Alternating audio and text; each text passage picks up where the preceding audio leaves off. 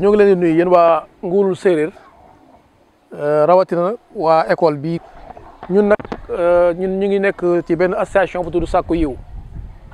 ñu lëkkaloo beneen association boo xam ne moom France la basé wu mooy association boo xam ne mi ngi tudd Au Pain et Sourire association boo xam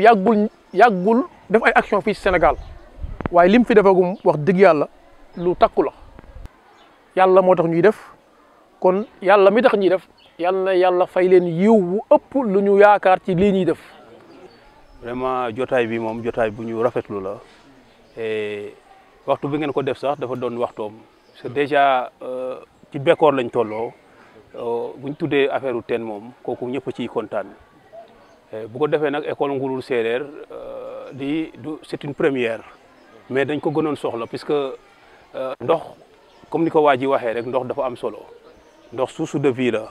te boo tuddee source de vie rek te mooy ne yow loo soxla rek daanaka ndox da ciy bokk buñ ko defalee école nag ñun ñu nekk ñoo xam ne acteur école lañ donc loolu dañ koy rafetlu bu baax a baax a baax waaw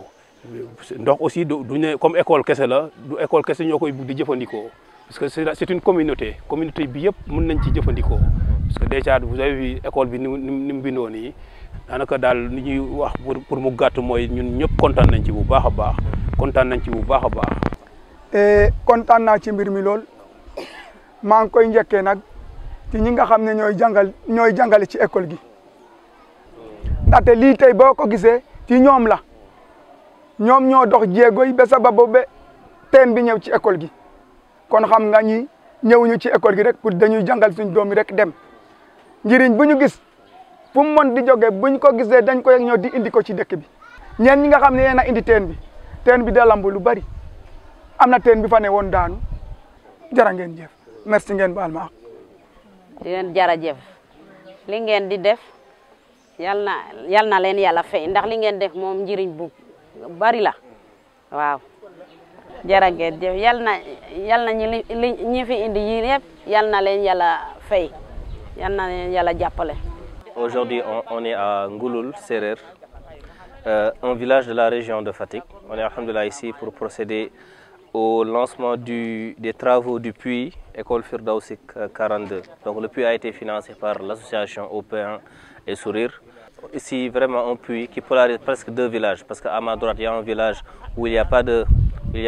un puits fonctionnel.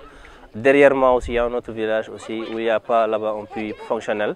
Donc, et on a choisi cette zone-là pour implanter le puits. Parce qu'à côté, donc, comme vous voyez ça au niveau des images, il y a un autre puits qui datait de très longtemps et qui ne fonctionne plus. Maintenant, ce puits-là donnait une eau agréable, mais aussi une eau douce, agréable à boire.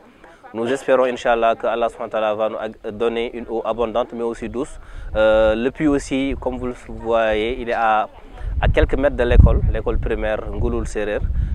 Ceci aussi pourrait être utilisé pour le bon fonctionnement de l'école, pour les services pédagogiques, raison pour laquelle le personnel enseignant, les directeurs, donc tout le monde est là. Ils ont très bien accueilli le projet. Donc vraiment, ce puits-là, si Allah nous donne une eau abondante, donc sera d'une très grande utilité, non seulement pour les écoles, mais aussi pour les deux villages qu'il a polarisés. Nous vous donnons rendez-vous, Inch'Allah,